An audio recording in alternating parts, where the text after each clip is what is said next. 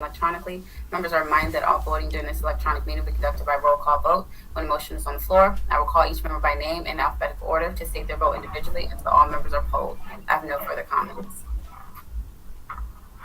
Thank you, Ms. Webb.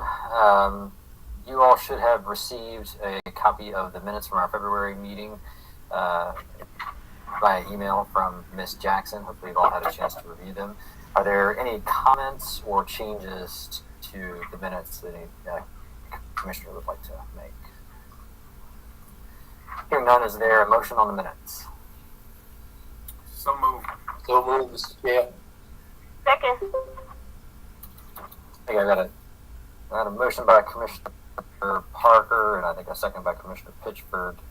Ms. Webb, could you call the roll? No, I think that was Veronica. That was me. Yes, that was me. I'm sorry. I'm sorry, Commissioner Blunt. I just they're so brief and quick. I couldn't quite tell. I apologize for that. That's fine. Second by Commissioner Blunt. Call the roll, please. Okay, the phone just fell. Okay, hold on. Well, since it's alphabetical order, Commissioner Blunt, you are up for your vote. Okay. Aye. All right. Commissioner Elliott? Aye. Commissioner Hardiman? Aye. Commissioner Jackson? Aye. Commissioner Johnson? Aye. Commissioner Lewis? Aye. Commissioner Parker? Aye. Commissioner Pitchford? Aye. Commissioner Shelton? Aye. All right. The ayes have it. Vote is unanimous. Motion carried. Thank you, Ms. Webb. Up next is our citizen comment period. I have three folks that Ms. Jackson sent to me earlier today as wanting to speak, so I'm going to go in the order that they are on my list. Is Ms. Constance Butler on the call with us this evening? Constance Butler. All right. The second person on our list has only listed their name as Dream, so I'm not sure if Dream is on the call with us this evening.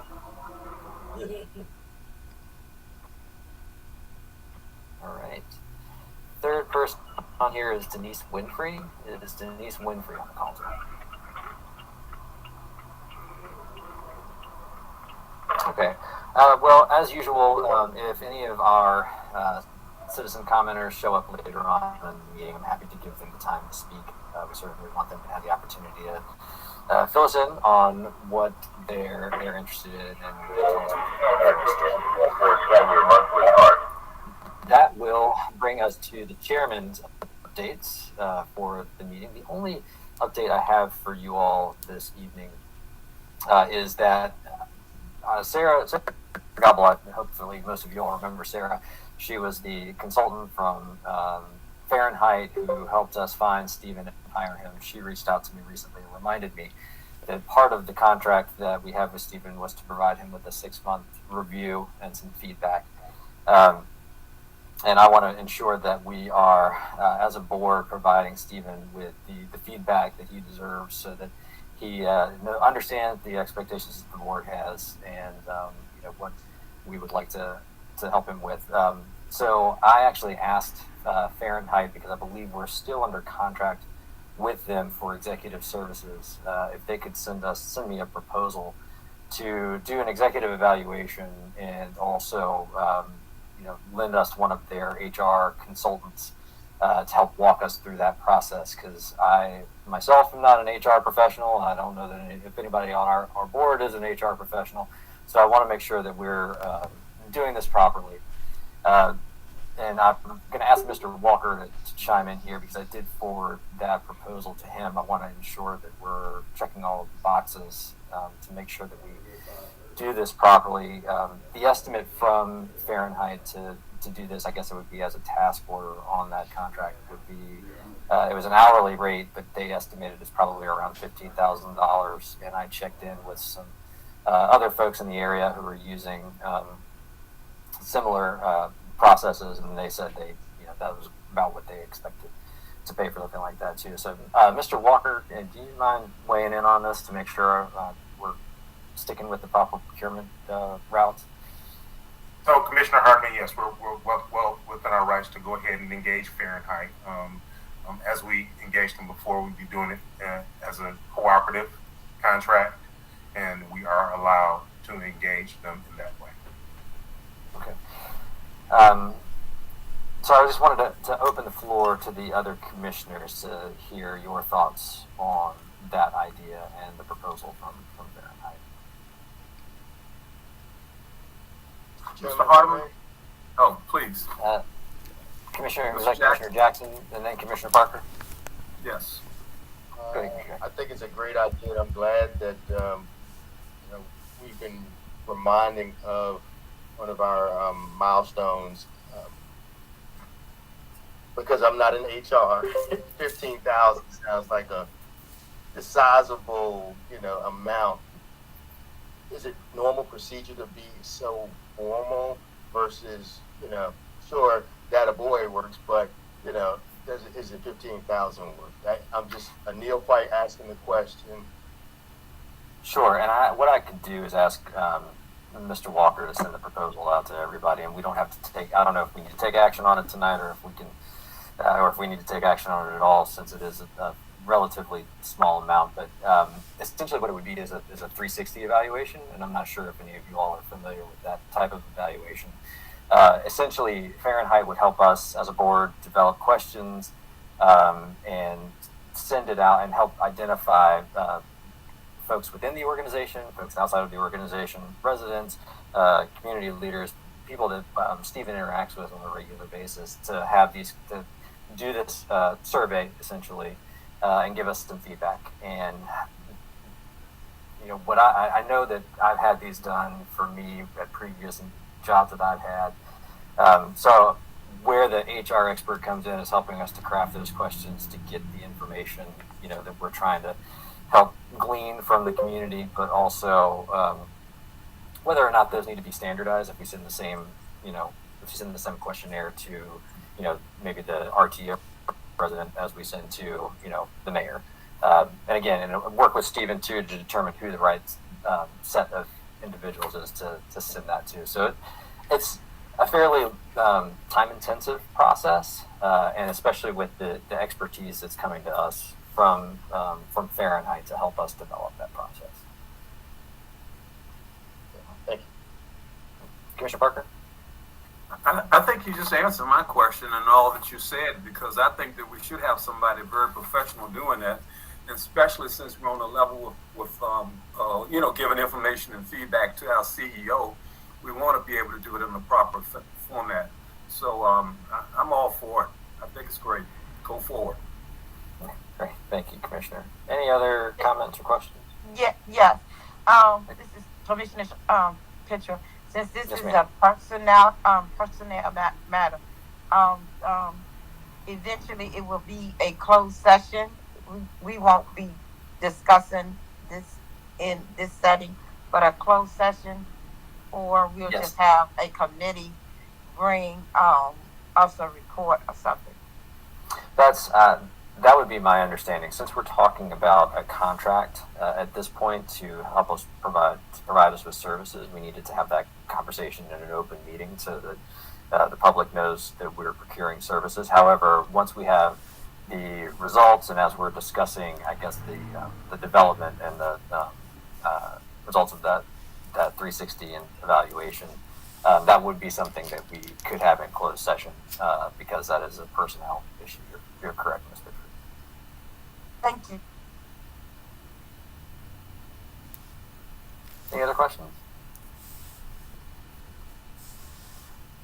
All right, I would go back to Mr. Walker. From a procurement standpoint, would you prefer to have us have a resolution that goes through admin and finance at a later date, or is it enough for us to take a vote here on a motion to move forward? It's at your discretion, Commissioner Hardeman. Our procurement policy does not require action on contracts that are below $200,000. However, if you feel it's necessary for the board to weigh in, that's at your discretion. Okay. Well, let me ask the board then, if there's no objection to moving forward to this, is everyone confident in letting Mr. Walker move forward with securing that procurement? And I will take silence as assent. Okay, sounds great. Mr. Walker, if you could go ahead and move forward with that then, and let me know what I need to do to work with Fahrenheit. Appreciate it. Will do. Thank you. All right. Up next, I believe we have our CEO and staff updates.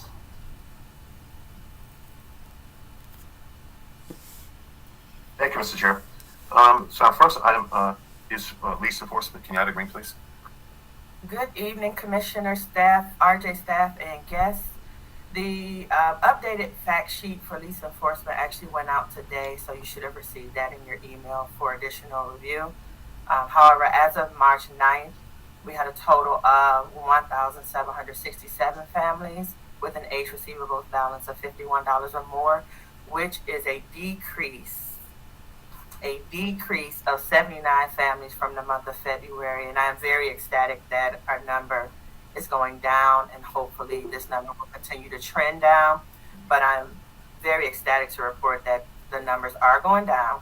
And the age receivable balance is right now $2.2 million, which is also a decrease of about $75,000. So these repayment agreements, lease enforcement efforts are actually working at this time. So we're hopeful for continued positive results. But also for the month of March, we have increased our lease enforcement efforts and sent out a little more than 300 notices. The current plan will allow us to send out applicable notices and address relative balances for all of the dollar amount categories by June 30th. So it is extremely important to note that while we receive a significantly higher number of repayment agreements when lease enforcement actions begin, it is also inevitable that we will have also an increased number of evictions. So I just want to make sure that we're all understanding with us increasing the number of notices that go out, it is quite possible that it will also increase the number of evictions. And we have done a really good job over the last several months. We have had, with this new, as of March, 26 evictions, which is great when you look at the number of unlawful detainers that have been filed. And so we want to, and we will still continue to reach out to our families and do everything that we can. However, and the sentiments are shared by several of our board commissioners, that it is inevitable. We have to, we can only do so much, and we are required to be fiscally responsible. And so that means if families are unable or are unwilling to bring their accounts current, we have to move forward with lease enforcement actions.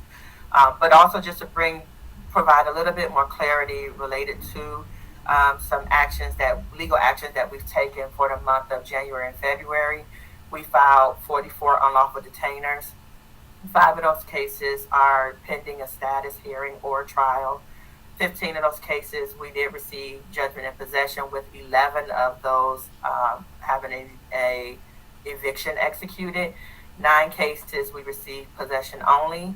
6 cases was dismissed because they were paid in full, and 9 cases were non-suited. And so what we plan to do is this type of and level of information and update will present at each meeting, so you have a better idea. Those areas where we are taking legal action, you have an idea what those numbers look like. And that actually will conclude my updates. I'll be more than happy to answer any questions. Thank you, Ms. Green. Any questions for Ms. Green? Mr. Chair, Yes, sir, Commissioner Johnson. I should keep my mouth shut, but I can't help it. Ms. Green, of the evictions that we had to go forward with, were those people in those families, were they just unable to pay? I mean, what condition were they in, or there were other violations on the property, like abandonment or things like that? What was pretty much the status of folk who were evicted? Was it unpaid, or was it other? Or anything like that? What was the general nature? She probably don't know all of their situation. So, Commissioner Johnson, it actually was a combination. of all, Yeah, all she's of not those gonna things know that all you of that said. specific. But I'll be perfectly honest, and Ms. Webb is actually going to court with our property managers for each case. But in my reporting and what I get back is families are not contesting, for the most part, the amounts that they owe. And it is, the judge will ask, questions, did you pay? And they're just honest with, I did not. And at that point, possession is awarded and evictions because they don't even move forward with even trying to rectify the situation. We have received some where families did not come to court, so of course those do end up in eviction. And and thank you for those questions because I'll probably try and provide a more thorough update so that those that come that are resulting in evictions, we can give you a better idea what the state was with those, whether they came to court, whether they just abandoned the unit, whether they owed the money and didn't contest it and just willingly left, whatever those are. I'll make sure to provide those updates specifically for you. Well, I appreciate it, and I think you know that I've been kind of dogged on this particular situation, on this thing, but I'm not without sympathy for folk who are truly in need. And I know that y'all have gone the extra mile of the way to try to knock on doors, to try to offer the opportunity for people to resolve their rent, but this is necessary. So I was just kind of getting an overall idea of what's going on, because I think what we're going to find out is that there's more going on than just non-payment of rent. So I just want to encourage you to know that we still support all of your efforts. Thank you so very much. Yes, sir. Thank you, Commissioner Johnson. Thanks, Commissioner Johnson. Any other questions for Ms. Green?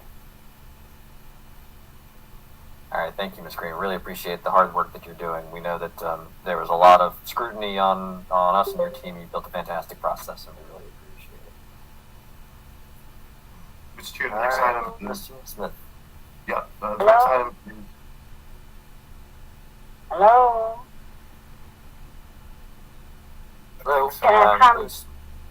Yes, I'm trying to join. I'm a few minutes late. Hello, everyone. My name is Miss Denise Winfrey. My apologies for being a little late. Why don't we go ahead and, Stephen, if you don't mind, we suspend for just a minute and give Ms. Winfrey a couple of minutes to speak. We've been through the public comment period, Ms. Winfrey, but we absolutely want you to have an opportunity to speak. So you have the floor. Yeah, I'm sorry. Your comments in just a couple of minutes, though. Okay. My concern is about the housing fees that you all charge when residents have to call for emergency services, when it's not the resident's fault of what happens, because this has happened to me on 2 or 3 times, and I'm charged $50. Yeah. I have called and I've spoken with the young lady that answers the phone to take the message of what's wrong with the apartment. She says that they only have a certain amount of things on a list that you all have given them, that they can only send emergency maintenance out. How do we know as tenants what that list is? But yet still, you all are charging us $50. Yeah. It was not my fault because my circuit breaker went out. I had a leak. The leak went out. The circuit breaker went out due to the leak. Everything was backed up in our kitchen, in my bathroom. The circuit breaker went out. They had to come 2 or 3 times. The first time it didn't come, and then I was charged $50 fee. That's not fair to me. And then sometimes I have my grandkids here with me, like I have one now, who's just gotten out of the hospital, 5-year-old from a colon and bowel surgery he had to have. The toilet was not working a couple of times. I had to call. They charged me a $50 fee. When are you all going to stop charging people these fees? Because these buildings are very old buildings. The water line, pipeline, the gas lines, everything on the projects is old. Not to say I don't appreciate living here. I do. But why it's not fair to charge us these fees? Then another thing I wanted to address about the security cameras, and you all talking about spending so many thousands of hundreds of thousands of dollars for more security cameras when the crimes are still going on. when you all can take that money and place that money for the new housing developments that's going to be needed. Like, for example, you all have already torn down Creighton Court and you're still doing it. You have other public housing developments that have to be torn down and built. It takes money to tear just as well as it takes money to build up. So why don't you take that money, those hundreds of thousands of dollars that you all have, Millions. to put for security cameras or other parts of security, use that capital on the funds. new place, the new apartments, for those of us that's going to need it. Security cameras are not stopping the crime. It takes the communities and some of you all who are managing the communities. It takes us all to get out, to speak up, stand up, say something, do something. So it's not a camera. It's not a person working in a building saying, RRHA security, how can I help you? No, that's not going to stop it. So why waste the money on it? Those are my concerns. Thank you, Ms. Winfrey. We really appreciate it, and we take very seriously all the comments that we get from the public, particularly from our residents. We're very grateful. A number of those things we will be able to look at and address as a board, particularly the fees, the agency plan. Hopefully, I know you put your contact information into the form, so hopefully someone from the staff will be able to reach out to you and address your specific maintenance needs in the next couple of days. But thank you again for bringing those comments to us. Oh, my Mr. apologies. They Nesbitt, got everything taken care of. They you got all want the to get maintenance back to stuff taken the care of. agenda now? And Yes. So the next item on the Thank agenda you. is, I believe 400 East Gray Street. 400 Gray Street, and have Don Davis report on that, please.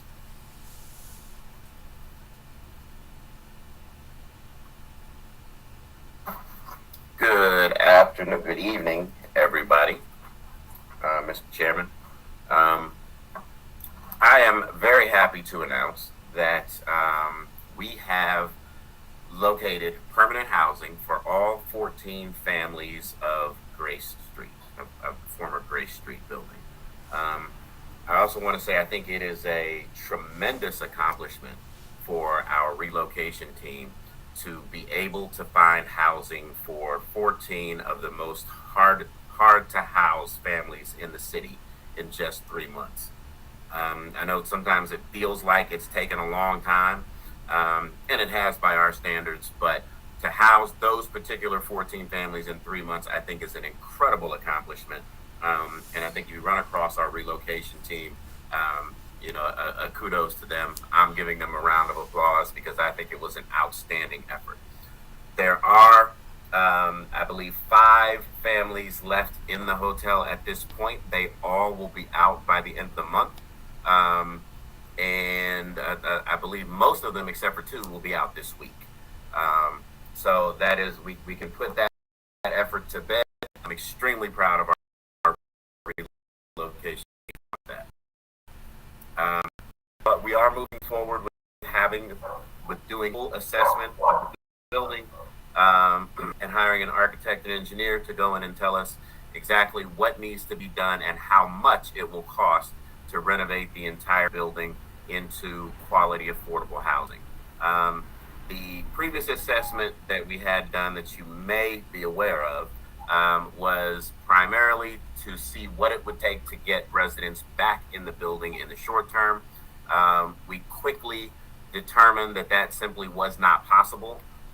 Didn't take us too long to get there, and so that report actually was in its early stages was kind of shelved because it just turned out not to be feasible. So we will be updating you soon in regards to how that project is going to take shape and how we are going to transform that building into quality affordable housing.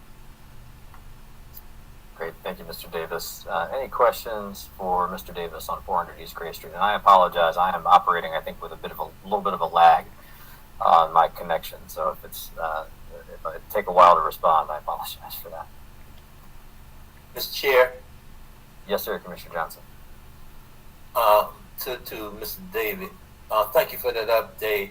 My question for you: when we talk to the architect about that particular building in that location, and we're talking about quality, affordable housing, are we going to go back with the same number of density, or are we going to try to lower the density just a bit to improve the quality of the housing environment? Or are we going to keep it the same or try to increase the density? Okay, so the density will likely stay the same. They are relatively small units in that building. I mean, they're fine for urban downtown units. They are about the average size of a unit that you would find, in the denser part of downtown. If there are any opportunities, we will certainly go after that. But I would imagine, based on what I know about the building today, that the number of units will probably stay the same. Okay, thank you so much. Thank you, Commissioner Johnson. Any other questions for Mr. Davis? All right, thank you, Mr. Davis, for that report. Really appreciate it. That is great work, and getting everybody relocated is not something that we had to do, but something that we knew we should do. So, thank you very much for all that hard work from your team. Up next is our Gilpin RFQs, Mr. Nesbitt, Mr. Walker. Absolutely. So we are excited that we have hit it's on the street, the RFQ, the request for qualifications for entities to bid on the redevelopment of Gilpin. It's a high profile opportunity for us. A couple things about that RFP. Number one, we're going to ensure that we are publicizing it widely so that no one says, well, I didn't know that the RFP was out there. You only probably told a couple people you wanted to respond to it. And so I would ask in addition to the traditional ways that Art, he'll talk in a moment, head of our procurement, he normally publishes our RFQs and RFPs.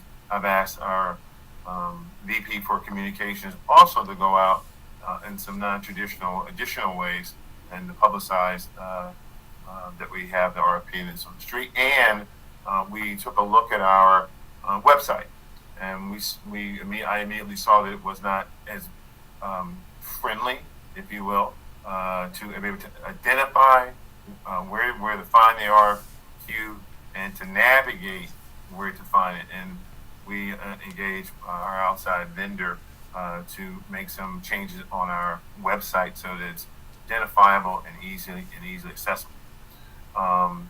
Two things about it. One, it has the RFQ in terms of the substance. It has a bond financing component to it. No, it's not like the Diamond District where that was a $2.5 billion deal, probably the largest region of the Commonwealth, but we has a bond financing language in that. Second last, it has a language in there that I had the authority to put in as a CEO, but I can't take credit for it. It came from former politician, Commissioner Bill Johnson. He said to me one day, Nesmith, I'm tired of people making money off of poor people. Very simple but profound statement. And so I made a decision that I would add language in not only this RFQ, but I've made the decision that I'm going to do this on RFQ and RFPs going forward, and I have the ability to do that as a CEO. And that language, obviously, brainchild, I guess, of Commissioner Johnson, is that whomever the winning bidder is for this RFQ will be required, must set aside a share, no specific number, but must set aside a share of their profits to reinvest back into the community. If it's a Boys and Girls Club, if it's job training, if it's a community center, whatever that is, the winning bidder will have to come back and negotiate with RHA and express in writing what their commitment will be to reinvest back into the community, because they'll be making millions in the out years. Similar concept what banks do and with their CRA credit and the commitments they have to make. So going forward, that is what we'll do. I mentioned today to the mayor's folks, and they were applauding us for that. But I was going to take credit for it, but I got to give the credit to Commissioner Johnson. And so I'm very happy about that, and we're going to make sure there's some teeth in that. I know that on our committee, our board committee for small women minority businesses, Section 3, we talk a lot about, yes, it's nice to have language, but what's the enforceability?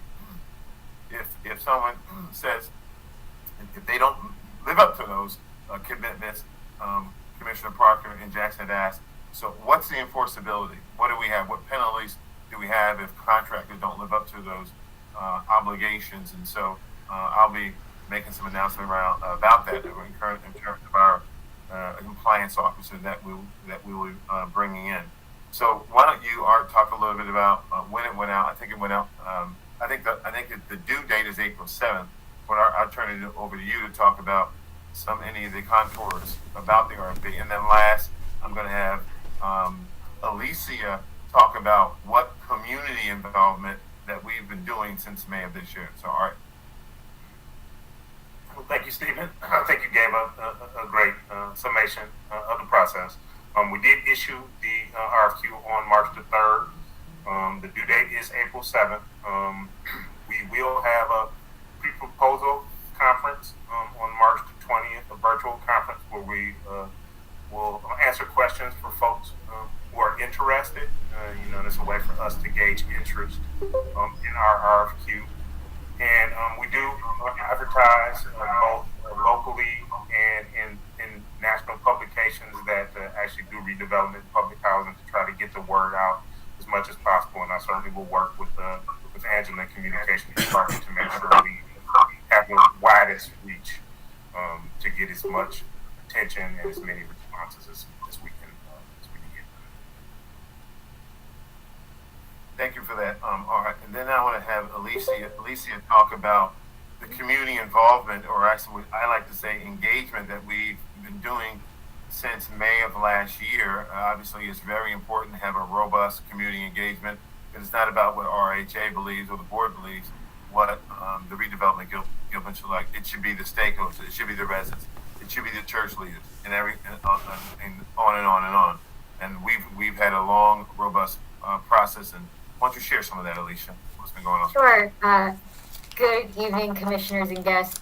As you may be aware, RRHA applied for a Choice Neighborhood Planning Grant with the City of Richmond as our co-applicant, and we were awarded a $450,000 grant to do community engagement and planning for the Gilpin Fort and Jackson Ward community.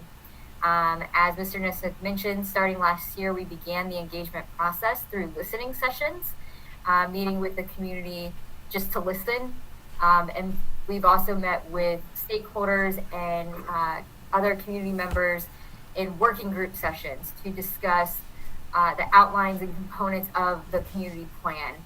Through those sessions, we have now drafted goals, and this week has been a very busy week for us, the city, and our partners at the health district, as we've been doing focus group meetings to discuss the goals and strategies for everything we've heard so far.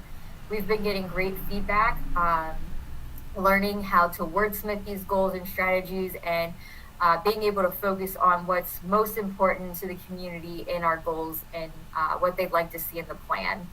So our next step is to submit the draft plan to HUD by May 19th. We're going to send it in a couple of days early just to make sure that we're on time and no mess ups with technology or anything of the sort. From there, we will share that draft plan with you all for feedback from our commissioners before the final draft is due in November.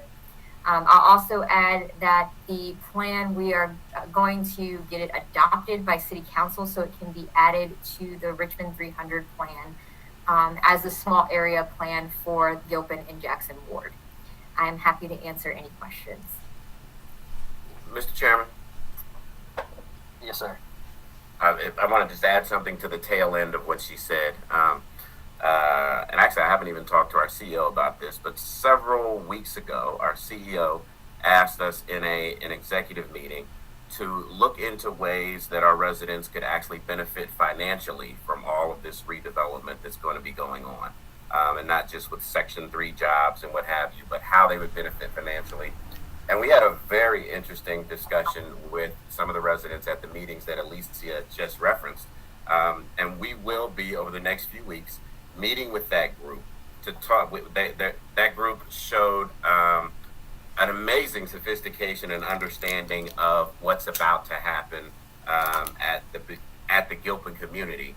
And we will be talking with them over the next few weeks about how they can benefit as residents in a financial way, and not just get a new unit or get a Section 3 job, but to actually take part in the development process. I was extremely encouraged by what I saw today in that meeting, and those meetings will be continuing, and we will love to report back to you what we come up with.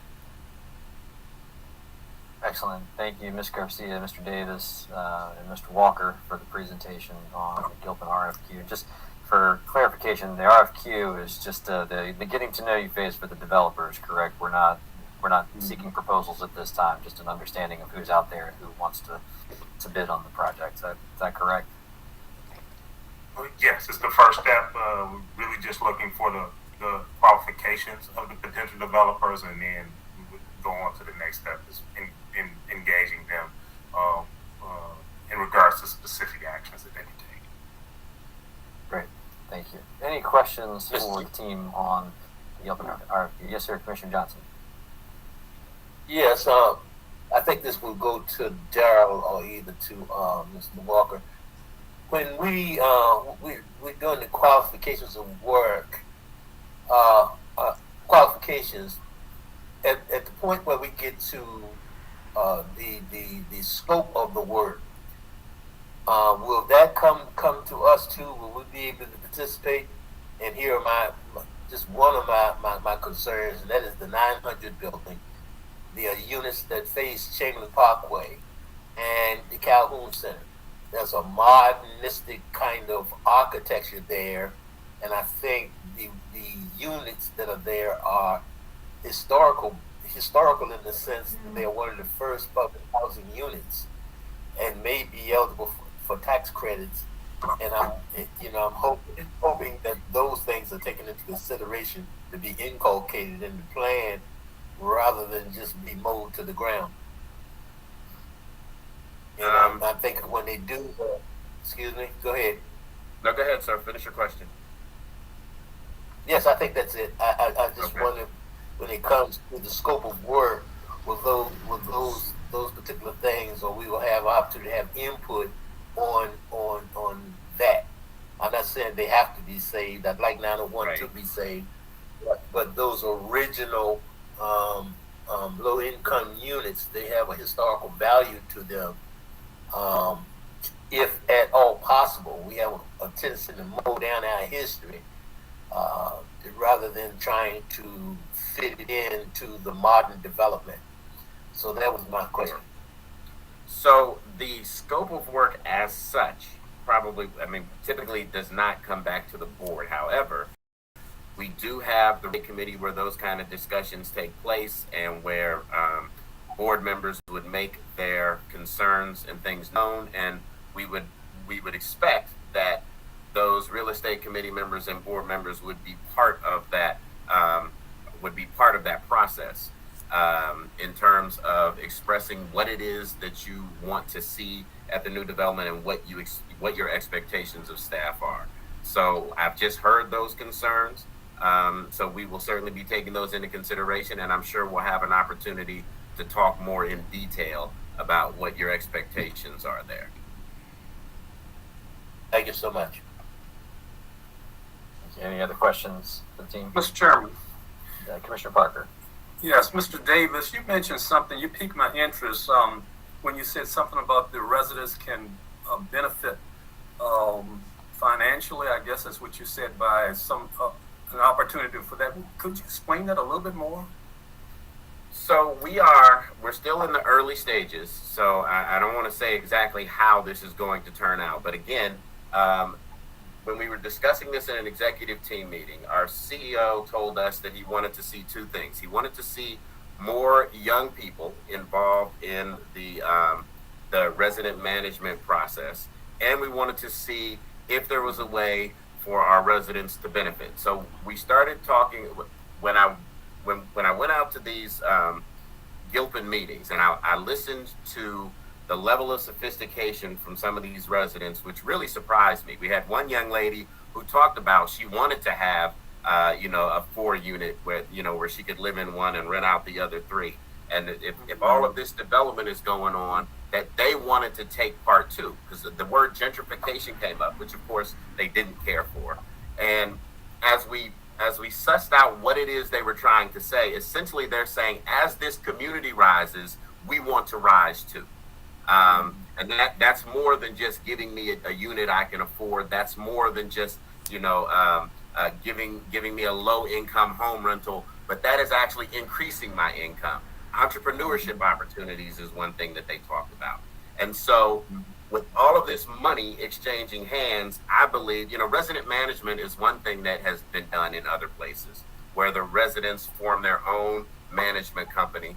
And so there's a possibility that maybe we could do more than just management. So again, I don't want to get too much into details because I haven't looked at, how much of this, I haven't looked at the regulations outlining resident participation, but I was extremely excited to see that the residents not only were interested in it, but had done some work in terms of researching and in terms of understanding the whole choice process and the whole redevelopment process. Thank you so much for that, Mr. Davis. I'm truly in favor of that. That's good stuff right there. Appreciate that. I have another question. That question is for Art, or maybe Mr. Nesmith. Are we getting this information out to the Metropolitan Business League about the Gilpin project, and also the Black Contractors Association, the Central Virginia Business and Construction Association? No, I did not send anything directly to them, but I certainly can make that happen. I think that's a must. We definitely have to get the Black contractors involved in this process, and I think the Metropolitan Business League and the Central Virginia Business and Construction Association is a must to have them involved in this and not be an afterthought. Thank you so much. We will, Commissioner Parker, we will have those two entities as a part of the standard going forward on any of the RFPs or RFQs we send out. Chair, may I speak, please? Yes, Commissioner Shelton. Yes, hello, everyone. Just want to feed into Daryl's part about the residents being able to have a financial stake in it, even in this engagement piece. As Alicia can add on as well, our residents of Gilpin are the ones that are helping to plan and set up these focus groups and guide the conversation. They are receiving paid through the planning grant to do so. So as we shouldn't be surprised as what our community members are doing or saying. They're no different than any other community member. They're just now being able to realize that they have the space and the platform to be able to speak up. So I would challenge each and every one of you that are in these platforms and are listening to them to not be so shocked of what that might come, because some of the ideas might be better than any of ours that are on or in this meeting right now. So we just need to be more mindful of how we are showing ourselves in these forums and in the meetings, and as we receive the information from the residents, the ones that's the most stakeholders in the process, because hopefully they will be the ones that will be living there and to better themselves to move. So just be mindful. Thank you. Thank you, Commissioner Shelton. Any other comments? All right, well, thank you to our real estate team for this. This is a huge undertaking. We really appreciate all the work that you do, and appreciate the comments from our commissioners as well about respecting the opinions of our residents and providing opportunities for them too. So thank you to our commissioners for that input. Mr. Nesmith, I think that brings us to the Richmond 300 plan discussion. Yes, so each of the board members should have received hand delivered to your homes the large document, it's landscape size, that is labeled priority neighborhoods. I wanted you all to have that. Obviously, I didn't want to give you a link because, or if you're looking the other way, you really need to see the hard copy. We're not voting on that in any way today, but that is that was born out of a discussion where City Council some time ago, before I started last year, was voting on having discussion and voting on a comprehensive plan, which is the Richmond 300, which is the master plan for the city, and how to develop the city in terms of affordable housing and economic development. And during that discussion on council, they did not include the Big Six, and at that time, Councilwoman Robertson spoke up and said, well, wait a minute, the jewel of now the city in her mind, and probably others, was the Big Six public housing communities. And she offered an amendment. That amendment was unanimously passed, and what the amendment said was that there needed to be a document that recognized the Big Six, or the asset that it is, how we're going to leverage that asset going forward. And what came out of that is what you have before you, the document that I had hand delivered to your home. As you see, it's chock full of data. It's historical. It will now be part of the conversations going forward that City Council and the city will, and us at the table, RRHA, will be going forward with. And I want to give, I know that Christopher Johnson has a lot of history on this.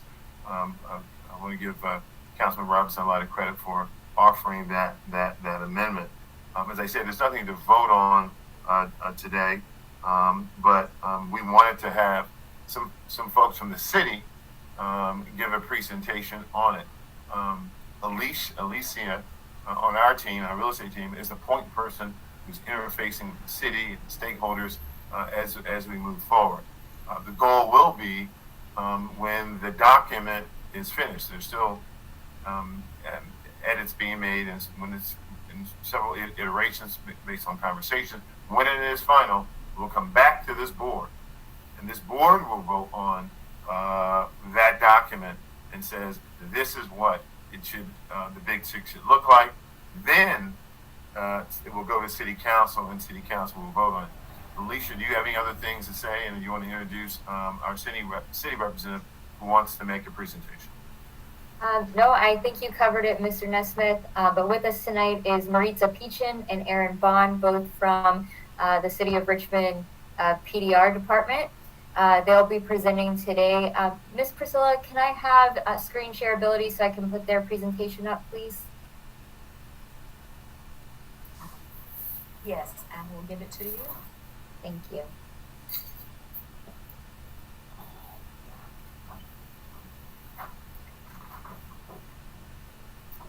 Okay, Alicia, you should have it. Yep, it's coming.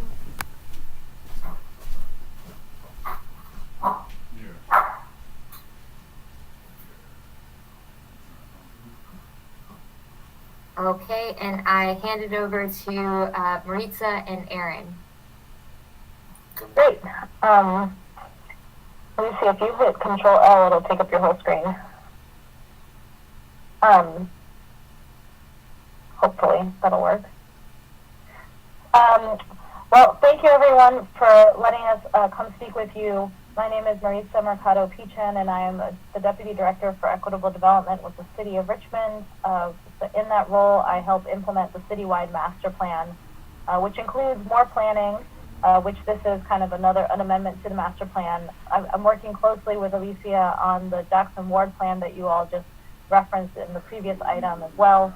And I'm really excited about the future of our city, because the past year and a half has really shown a strong partnership between the city and RRHA on kind of working and planning our our real estate collaboratively through projects like this amendment, like the Jackson Ward Community Plan, like Creighton, and many more. And so that's very exciting for the city.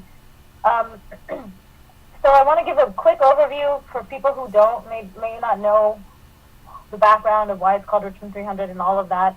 So we have a citywide master plan, which it's unique from all other documents that the city has in that it is adopted by Planning Commission. It really is the Planning Commission's document, and City Council approves that action.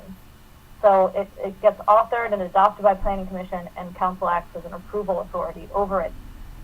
It guides the growth of the city, and it is the policy guide that guides all of Planning Commission's decisions related to zoning and the capital improvement budget. So in our city code, or charter rather, it says that the City Planning Commission sees the capital budget before it goes to council to make sure that the capital budget aligns with the vision of the master plan. We have one because every jurisdiction in Virginia is required to have one per the Code of Virginia.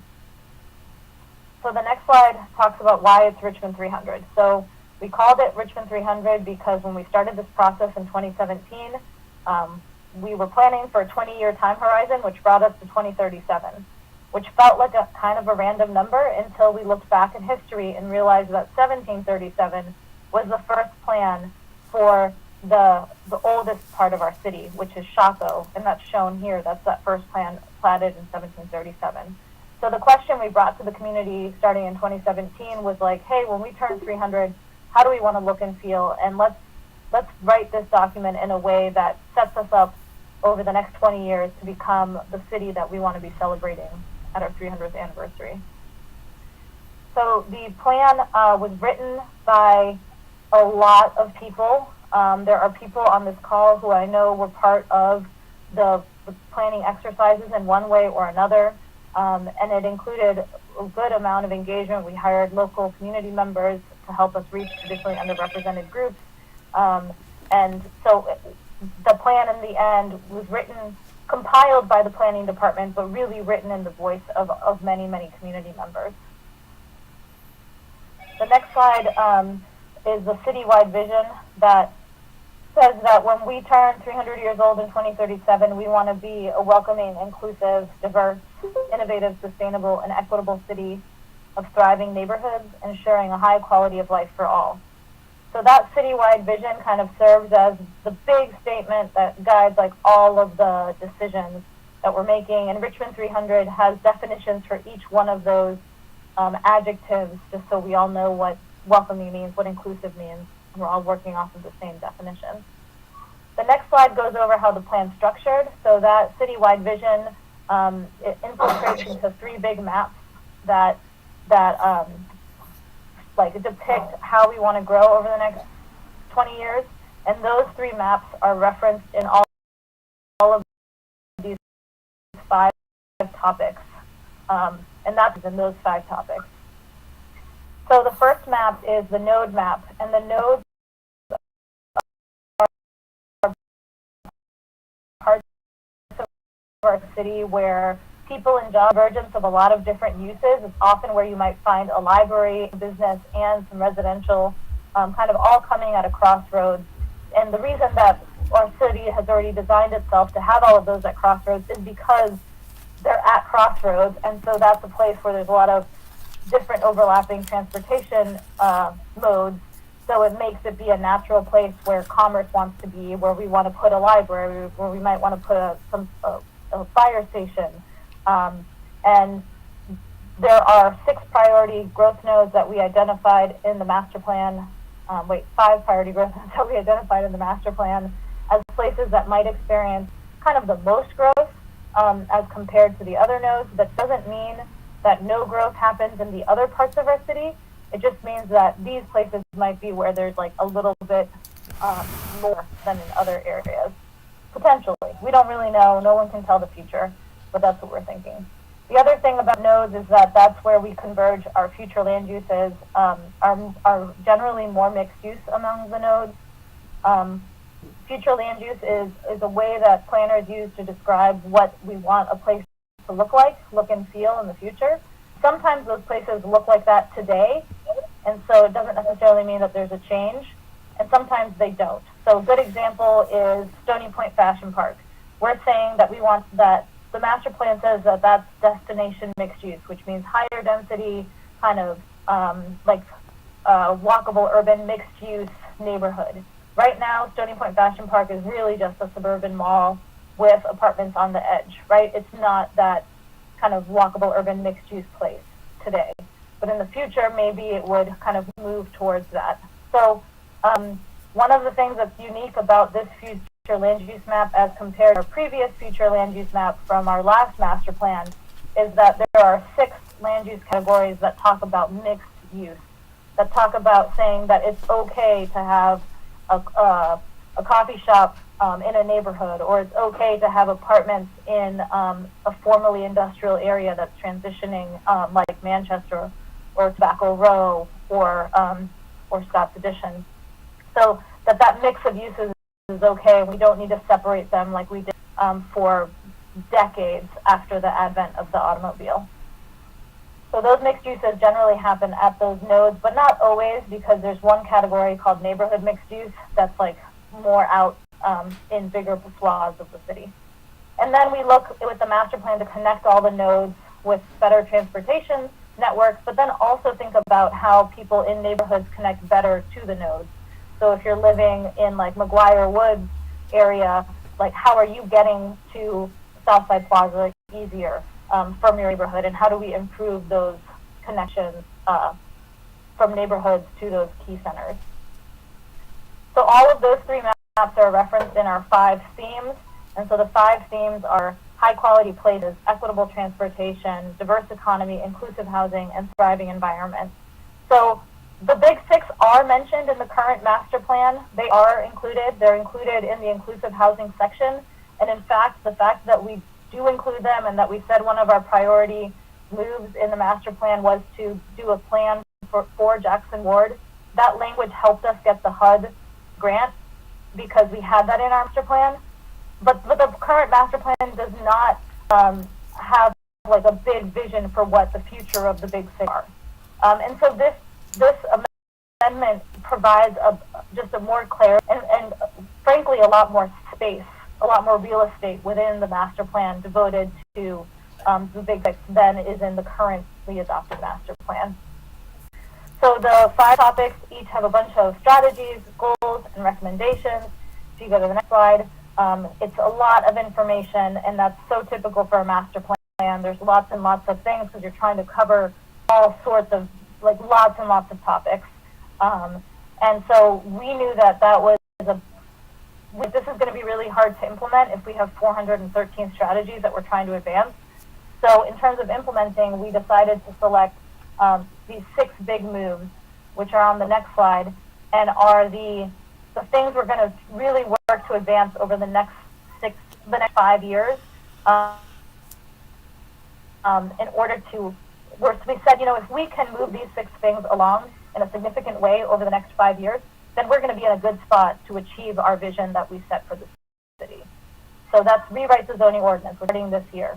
Reimagine priority growth nodes, which the Diamond District, City Center, the Jackson Ward is part of a priority growth node because it's part of downtown, so that falls in there. Expand housing opportunities. We're going to be amending that, and Aaron will talk a little bit about that. Provide more greenways and parks, and then reconnect the city, kind of trying to undo some of the harm we've caused by building interstates, and just improve access through the city. And then realigning city facilities, so just rethinking how we use our different city facilities throughout the city and making sure that they're utilized to their maximum potential. So that's a big overview of the master plan. I'm going to turn it over to Aaron Bond, who I really want to thank a lot for the work he put in to get us to where we are on this. And Alicia Garcia also helped a whole lot as well. So Aaron Bond, take it away. Thanks, Marnita, and thank you everyone for having us. Good evening. This slide here makes mention of the resolution that kind of jump-started this whole initiative. And so excuse me, the idea was to prioritize the largest public housing courts in Richmond as priority growth nodes. And we spent some time thinking about how we could kind of better identify or categorize those priority areas. And it led to creating a whole other section to have its own spot in the master plan. All right, so I'm really excited that each of you will see a physical copy of the draft that we have so far, and we'll really appreciate your feedback on that. And you'll be able to see all the detail there. But here in this slide, it just kind of gives an overview of how we structured this amendment to the master plan. And so we added a whole new priority neighborhoods chapter, and it begins with a summary and kind of follows the pattern of what we have for, say, the nodes chapter, and kind of talking about the overall category of priority neighborhoods, and then goes into details about the program itself. So the values that are guiding what we're doing in this program, the commitments that upfront RHA and the city are making, and then the process. What types of tools are we going to use to execute what we're envisioning?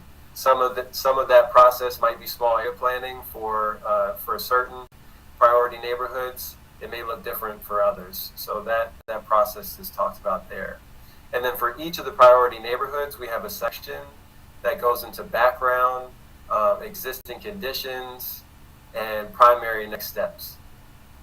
And so the idea is to have that chapter, but then also to amend the existing maps and the text throughout the document to show for priority neighborhoods. And then, as Mauricio mentioned, to amend the expand housing opportunities big move at the end of the section, which really gets into the strategies of the plan.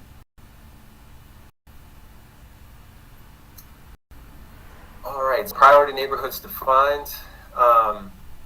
Again, primary focus of investment for the city and RHA, and shared characteristics being that they contain large public housing developments and or land owned and recently transferred by RRHA. And that last part is important because some of these priority neighborhoods are made up of land that has been recently transferred, but still has a strong investment from the city and RHA in executing whatever plan is envisioned there. And as an overall vision, what are our priority neighborhoods? We are envisioning priority neighborhoods as thriving, well-connected, civically engaged, mixed-use, mixed-income developments that become a community of choice and strengthen the vibrancy of the surrounding neighborhoods. So it's important that not only are these areas of large public housing revitalized, transformed, but they're also serving as catalysts for the surrounding area and improving our communities throughout the city. All right, so here shows a slide that you previously saw, and we have our, as of now, 3 major maps as part of the plan: the nodes map, the future land use map, and the future connections map. So after this amendment, you will also have the priority neighborhoods map. And then that priority neighborhoods category would be a part of each of those 5 topic visions. And here's a zoomed in map of where these priority neighborhoods are. You can kind of get your orientation by the river and 95, 64 there. But we have Gilpin, Highland Grove, Wickham, Fairfield, Mosby, including North, Central, and South, Blackwell, Hillside, and Creighton. And you can see their proximity to some of the existing nodes identified in the master plan there. All right, so here again is the slide is just telling that, you know, for each of those main visions or topic areas, we will edit the text so that priority neighborhoods are represented in each of those areas. And then lastly, excuse me, revise the big move to show the strategies that are identified for each of those priority neighborhood sections in the expanding housing opportunities section. So each of those primary next steps that we identify as part of the priority neighborhoods chapter will be expressed in our last main strategy chapter of expanding housing opportunities. And here's a draft plan of our timeline, our review timeline, and this is more speaking to the feedback that we hope to receive. So we're open for public comment from today to April 15th. We've presented to the Real Estate Development Committee today with you, and then we will continue to look for community-wide feedback. We'll present and introduce this amendment draft to the City Planning Commission on April 3rd. Land Use, Housing, and Transportation Standing Committee with City Council on April 27th. And then after compiling all that feedback and making those necessary edits, we'll come back again, as CEO Nesbitt stated, to present the end product to you, and then finally ending with City Council for approval. And you can find all of this if you Google Master Plan RVA, you can find a download to the amendment. So anyone in the public, it's on our website, and we sent an email to our newsletter yesterday, letting everyone know that it was available as well.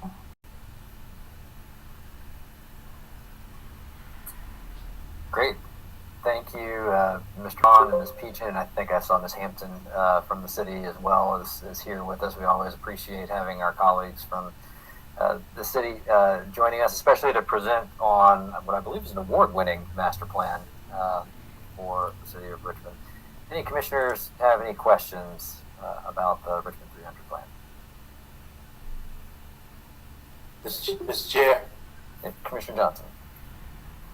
This is more food for thought than anything else. I think this is an exciting opportunity because, again, we were going through some challenges when they adopted the original plan, but they've had an opportunity to put some thought into this, which now includes us into the city.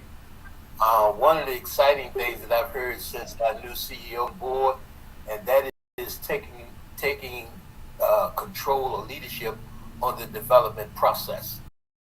Anything that gets done out of the Big Six is basically done by private development with the city. We have an opportunity here now when you talk about the Big Six to take possession of what's done and how it's done. And I think that's different from any other administration that I know of.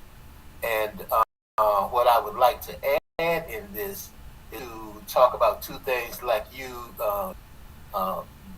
talking about a TIF, how to utilize a TIF to take advantage of developing the Big Six, and also that we do a conscious job of talking to our council representatives to make sure that we are foresighted in talking about capital improvements. Water, sewer, curb, gutter, things like that has to be indicated in the budget.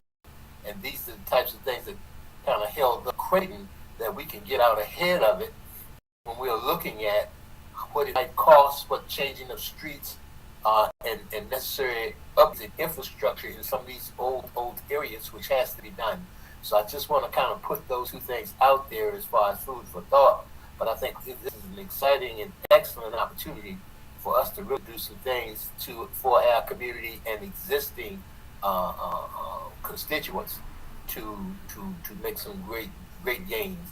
But I think it's important that we talk about over the next 20 years how we're going to get there. The implementation strategy, and one of the biggest things that we've had for Creighton is that infrastructure contribution from the city.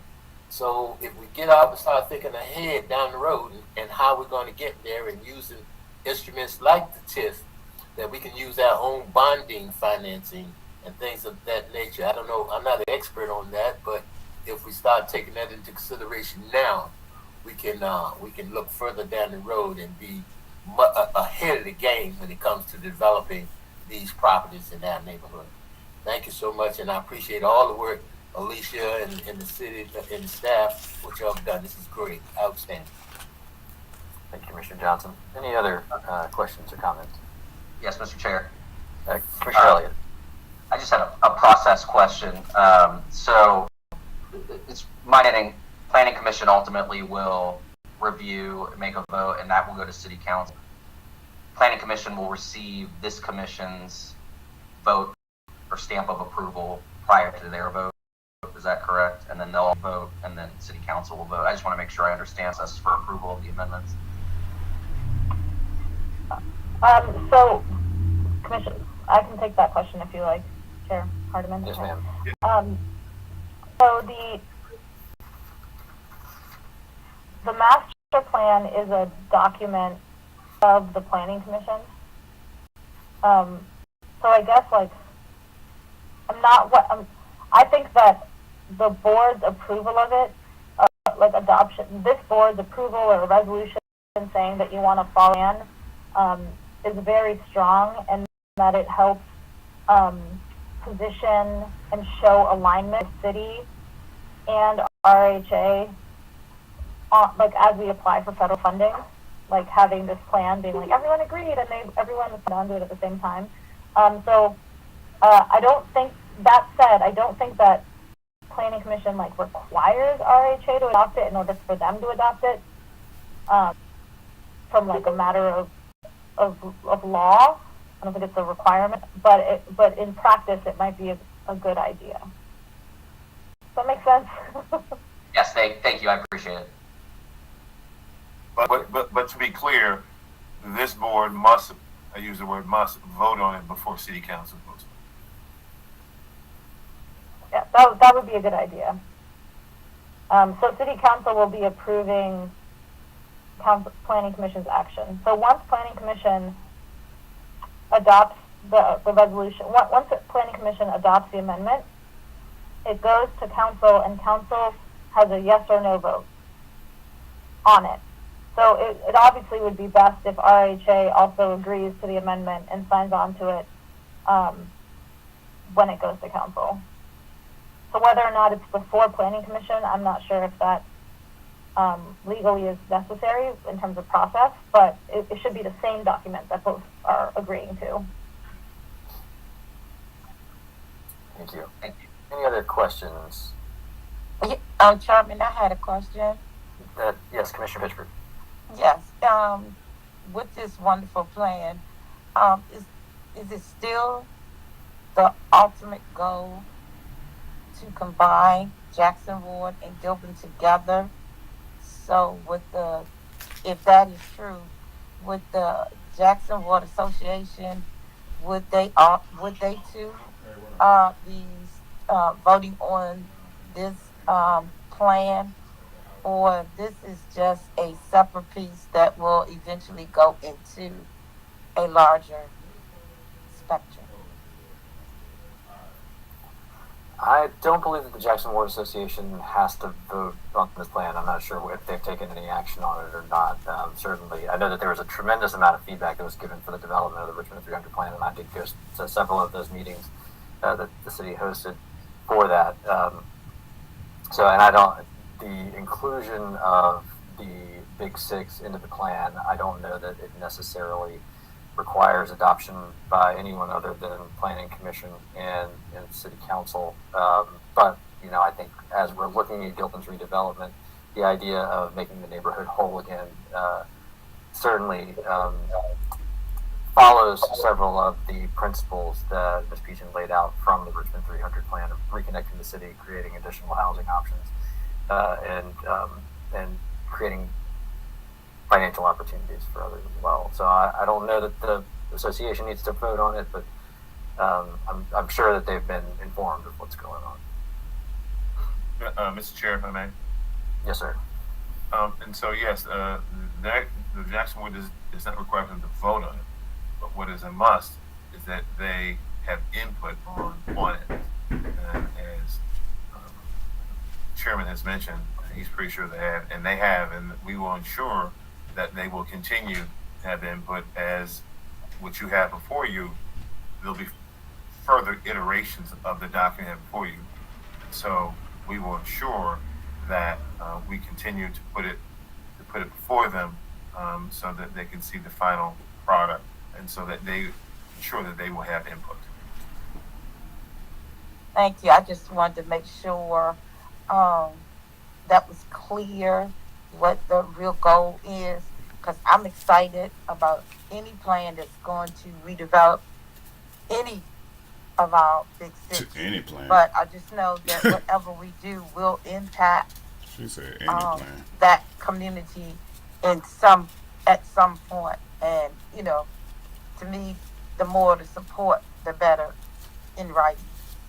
But you all are the experts and know that. They the experts. Nah, you're supposed to be the expert. What the world?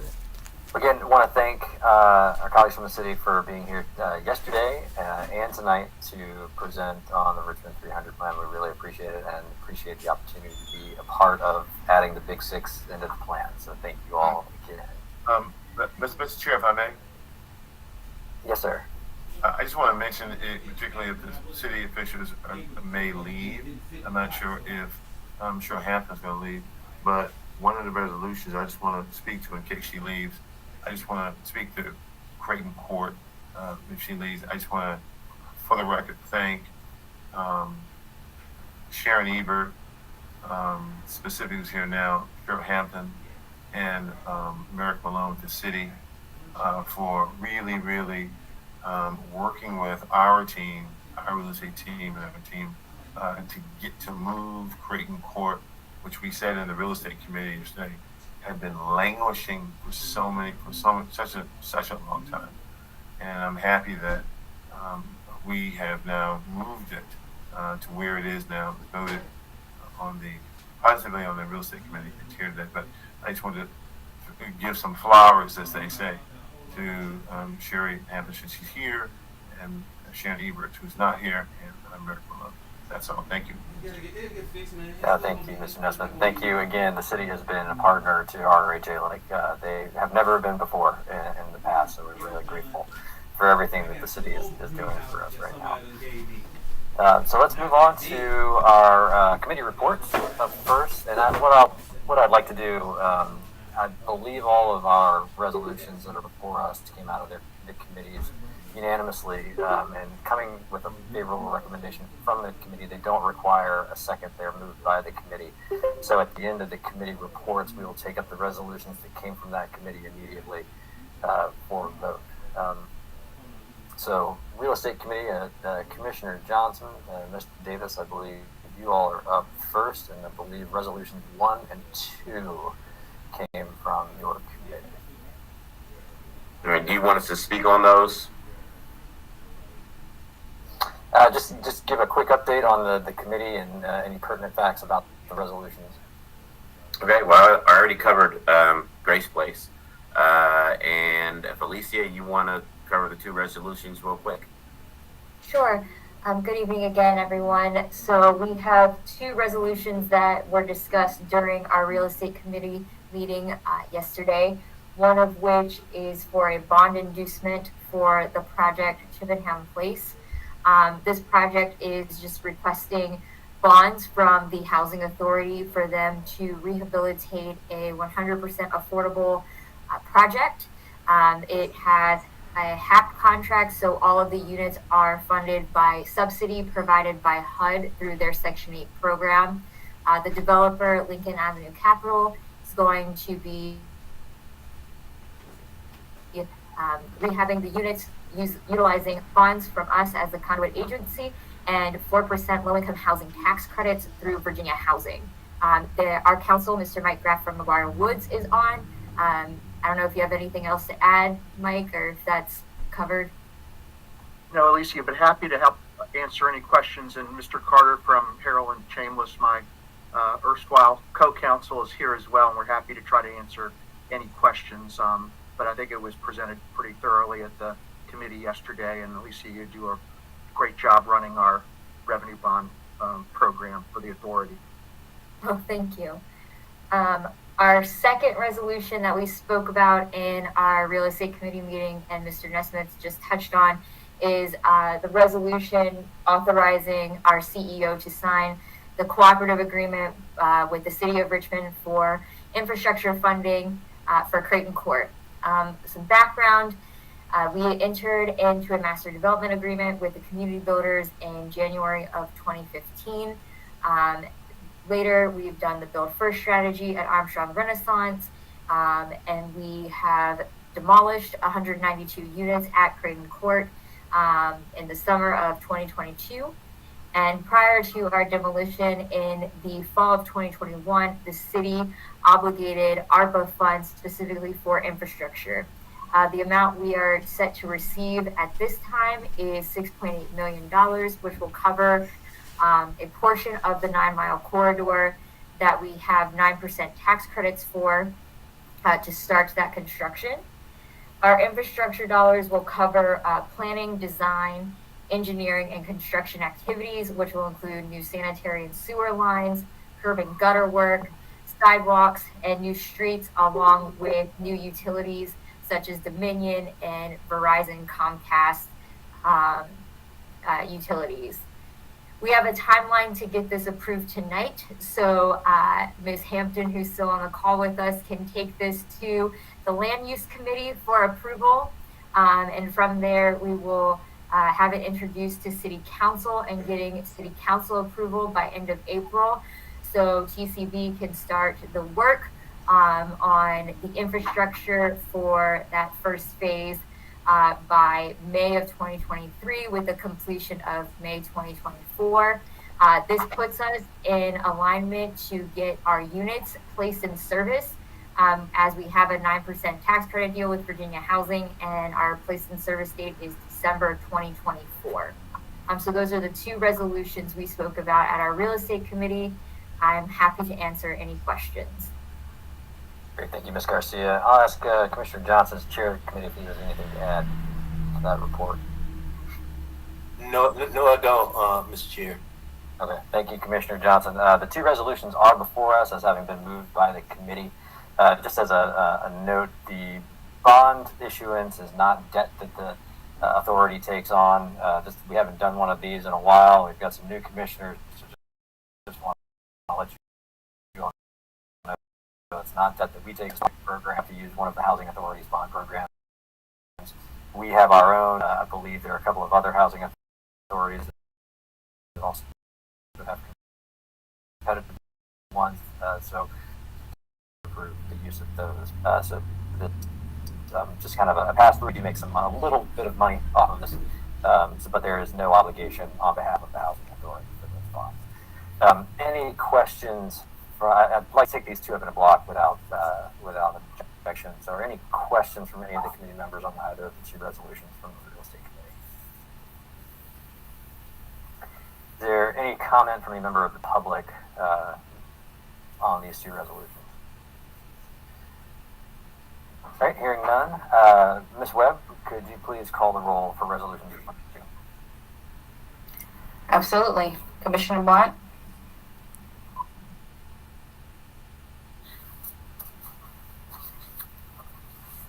Commissioner Blunt? Aye. Commissioner Elliott? Aye. Commissioner Hardiman? Aye. Commissioner Jackson? Aye. Commissioner Johnson, Aye. Commissioner Lewis,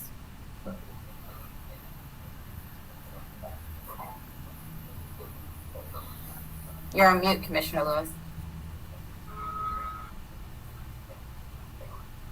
You're still on mute. Give us a thumbs up or a thumbs down, Commissioner Lewis. I think you were saying aye. All right, there we go. Okay. Very good. Sorry. Commissioner Parker, Aye. Commissioner Pitchford, Aye. Commissioner Shelton. Aye. The ayes have it. Vote is unanimous. Motion carried. Thank you, Ms. Webb. Up next, we have the Administration and Finance Committee meeting. That's Commissioner Blunt and Mr. Spino. Yes, good evening, everyone. The chair presided over the meeting in my stead last night, and there was a quorum, and there were resolutions voted on. So at this point, I'm going to ask either Fabio Spino or Shannon Sterling to read the report on last night's meeting. Certainly, I'll be happy to take that task. New business, we discussed the engagement of Nan McKay, a nationally recognized public housing assistance consultant that'll come to the agency and provide us expertise in reporting best practices, assist us in resolving any balance sheet journal entry items that we may inquire. In addition, we summarized to the board the emergency housing voucher audit that was presented to us by HUD on Monday, February 27th, with a required completion date by Friday, March 3rd. We are pleased to announce that we have received all of the data, or presented all the data to HUD within the deadline that they had required from us. In addition, Mr. Kelly provided a summary of an agency-wide HUD audit. We are one of 3 agencies in the state of Virginia undergoing this HUD audit. That field work will commence in the beginning of April. In addition, we discussed the 2022 audit, which is also scheduled to commence in the middle of April. We have made contact and are working to gather information for our new auditors, Rubino and Company, and we have an anticipated completion date of that audit by the June board meeting, with a HUD filing deadline of June 30th. We also discussed and presented the February financial statements. In summary, the authority is at a fiscal year to date, October through February, net income of just a little over $35.5 million, with operating expenses of just under $32.9 million, for a net income fiscal year to date of $2.5 million. We also presented the employee agency vacancies. We are at currently approximately 30 vacancies. We did add several positions, increasing our vacancies by adding new positions, as well as the IT department, Ms. Hicks and Mr. Mitchell, presented Darktrace, a summary of a web program that we have used to assist us in protecting the agency against fraud emails, spam, malware. And Mr. Art Walker presented resolutions 4 and 5. And Mr. Walker, if you'd like to give a little insight on those resolutions. Sure, I will give a brief summation of each. First resolution is a request to approve the renewal of a contract with Lawn Beautification Incorporated for grass and grounds maintenance services. RRHA contract for grass and grounds maintenance for all of its developments. And in June of 2022, we entered into a contract with Lawn Beautification for services at several of our sites. The contract was for a 1-year term with the option to renew for 4 additional 1-year terms. And at this time, we're requesting the board to approve the renewal of that contract in the amount of $451,194.61.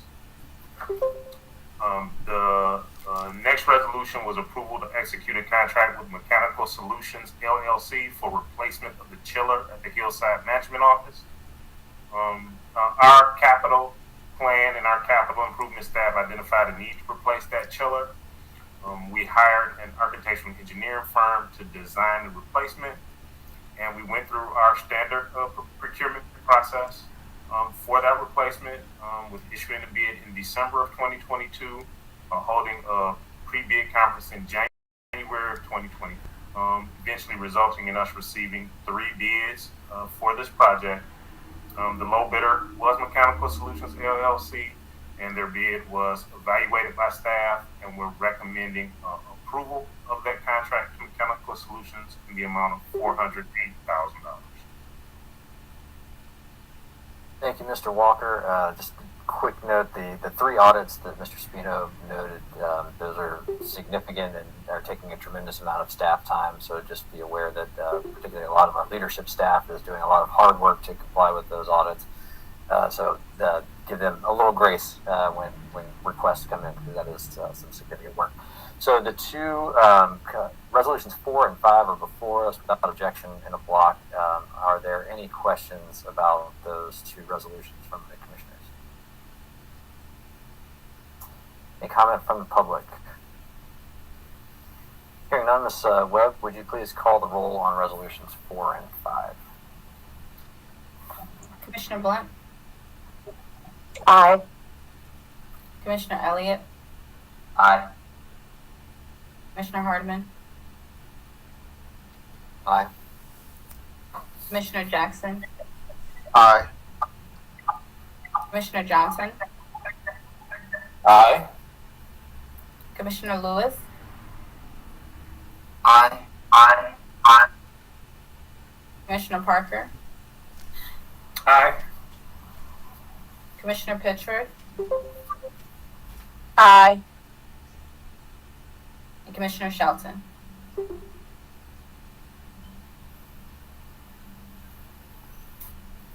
you follow? Commissioner Shelton?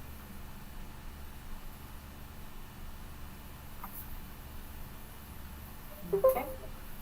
Looks like she's having some audio trouble. Yes, every time I get to a light, it's cutting me out. Okay. What is your vote? Aye. All right. Ayes have it. The vote is unanimous. Motion carried. Thank you, Ms. Webb. Up next is our Property Management Committee. So Commissioner Shelton and Ms. Green, turn it over to you. Hello, everyone. Kimiata, are you on? I am here. Thank you so much. Absolutely. Good evening again, all. The Property Management Committee meeting met on Wednesday, March 8th at 9:30. I continue to express the date that we have our meetings as a means of inviting everyone to attend. We really go over a lot of information that's extremely valuable about 2 of our largest programs. But during that meeting, we discussed the before mentioned lease enforcement efforts. We also provide an update surrounding Rent Cafe and the acceptance of debit cards for tenants to make their rent payments. And these debit cards is those with or without a Visa MasterCard logo. And we've had several of our residents who tested out, and it is working successfully. So working with our software vendor, it is now available on our website, on the app, or however families access their portal, they're able to utilize the Rent Cafe to make their payments with a debit card. We also, an update was provided related to the opening of several of our new wait lists. Mr. Nesbitt provided an update on a comprehensive homeownership program, which will include both the housing choice voucher and public housing residents, with some additional incentives that he's working on in the background. We also received an update on from Mr. Williams on the replacement of the back doors in Gilpin. That work has already started to begun. The permanent doors are starting to go up, and we're looking to have that completed out in the next several weeks.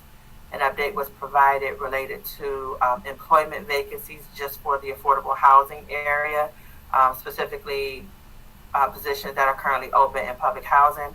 However, our human resources team is working really diligently to fill those vacancies that we currently have in property management. We also, Charles Williams, the VP of Public Housing, also provided an update on unit vacancies.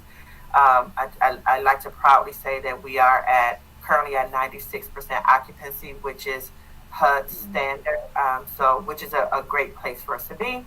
And we also received an update from Mr. Robert Spain related to capital improvement projects and our curb appeal projects.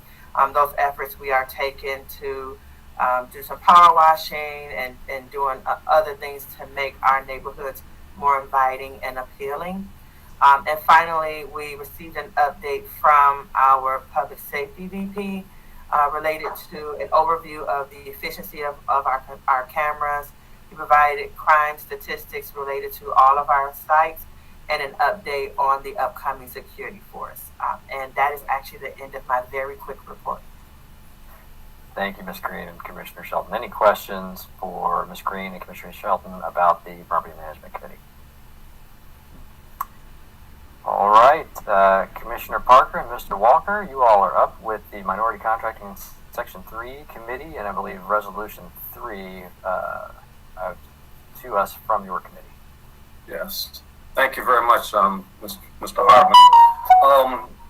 Mr. Walker, would you just go ahead and have that discussion as far as the MBE, DBA plan and other things that we discussed in that meeting, and anything else you want me to fill in on? Please go forward with that. Thank you.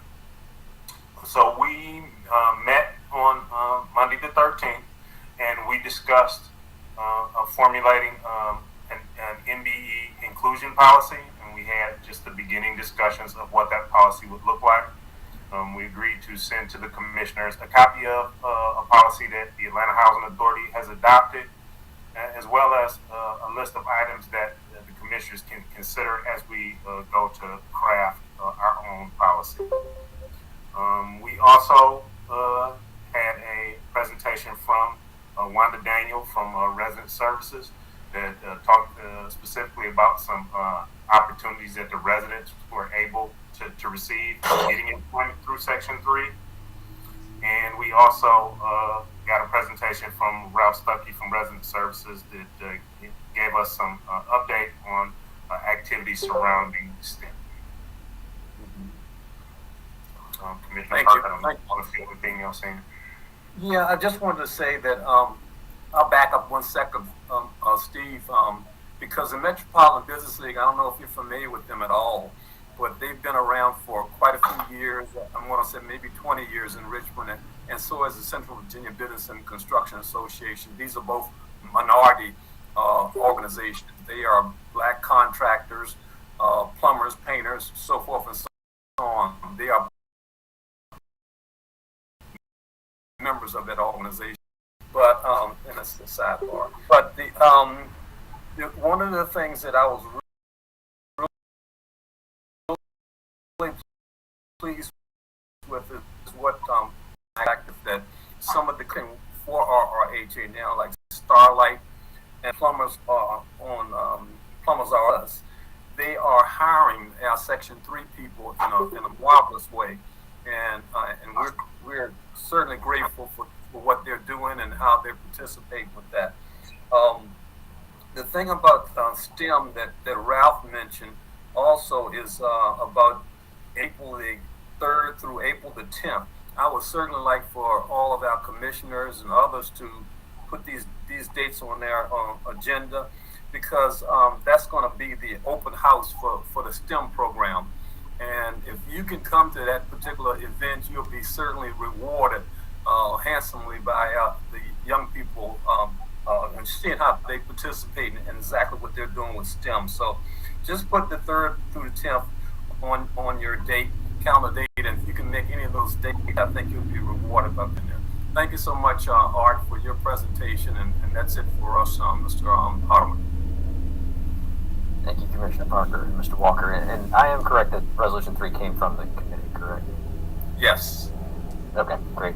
So that resolution is before us. Are there any questions from the commissioners on resolution number 3? Any comment from the public? All right, Ms. Webb, one more time tonight for us, please. Absolutely. Commissioner Blunt? Aye. Commissioner Elliott? Aye. Commissioner Hardeman? Aye. Commissioner Jackson? Aye. Commissioner Johnson? Aye. Commissioner Lewis? Aye. Aye. Commissioner Parker? Aye. Commissioner Pittsford? Aye. Commissioner Shelton?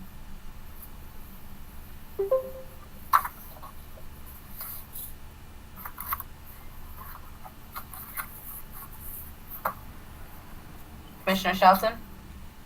Aye. All right. Vote is unanimous. Motion carried.